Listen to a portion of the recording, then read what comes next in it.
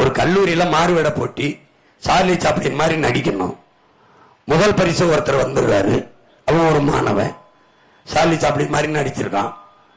ரெண்டாவது பரிசு ஒருத்தர் வந்துடுறான், அவன் ஒரு மாணவன், சார்லி சாப்ளின் மாதிரி நடிச்சிருக்கான். மூணாவது பரிசு ஒருத்தருக்கு ஒரு பரிசு கொடுக்குறாங்க. மூணாவது பரிசு அவர் யாரு? உண்மையிலே சார்லி சாப்ளின்.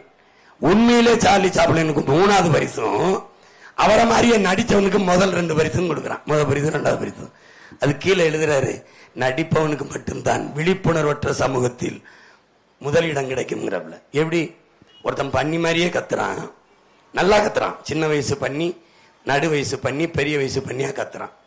அவனுக்கு போவங்க வரவெல்லாம் தெருவில் காசைப்படுறாங்க. அதுவே அவனுக்கு தொழிலாயிருது. வர பண்ணி மாதிரி கத்த, அப்படி காசு சம்பாதிக்க, நல்லா சாப்பிட்டுட்டு இருக்கான்.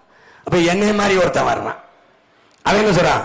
நான் அருமையா உன்னை விட கத்துவேன், உண்மையிலே பண்ணி மாதிரி கத்துவேங்கிறான். 2 பேருக்கும் போட்டி, ஒரே மேடையில கத்துறோம். அப்ப அவன் என்ன பண்றான்? கத்துறான். கத்தணும், ரொம்ப நாளா கத்திக்கிட்டு இருக்கான். அவனுக்கு மதிப்பு, கைதட்டு, விசில் பறக்குது. அருமையா கத்துறான். ஏ நீ போலி, நம்மளை கத்திட்டான். ஏ நீ சரியில்லை, அவன் தான் அருமை அருமைன்னு காசு அவனுக்கு குவியுது. கடைசியா வெறியாயி நான் கத்துற மாதிரி, ஏ கை தட்டுறது இங்க கத்துறது நீ நிப்பாட்டுறா, பாரதி நிப்பாட்டுறா, பாடுறாங்க அப்படின்னு ஒரு சாக்கு துணியை எடுத்து விளக்குனா உண்மையிலே பண்ணி படுத்து கிடக்கு. உண்மையிலே பண்ணி படுத்து கிடக்கு. இவ்வளவு நேரம் கத்துனது நாயிலடா பைத்தியங்களே, இந்த உண்மையான பண்ணி தாண்டா கத்திச்சு. போலியா கத்துறவனை பார்த்து அந்த சத்தத்துல மயங்கி உண்மையான பண்ணி சத்தத்தை மறந்து போயிட்டியலடானா.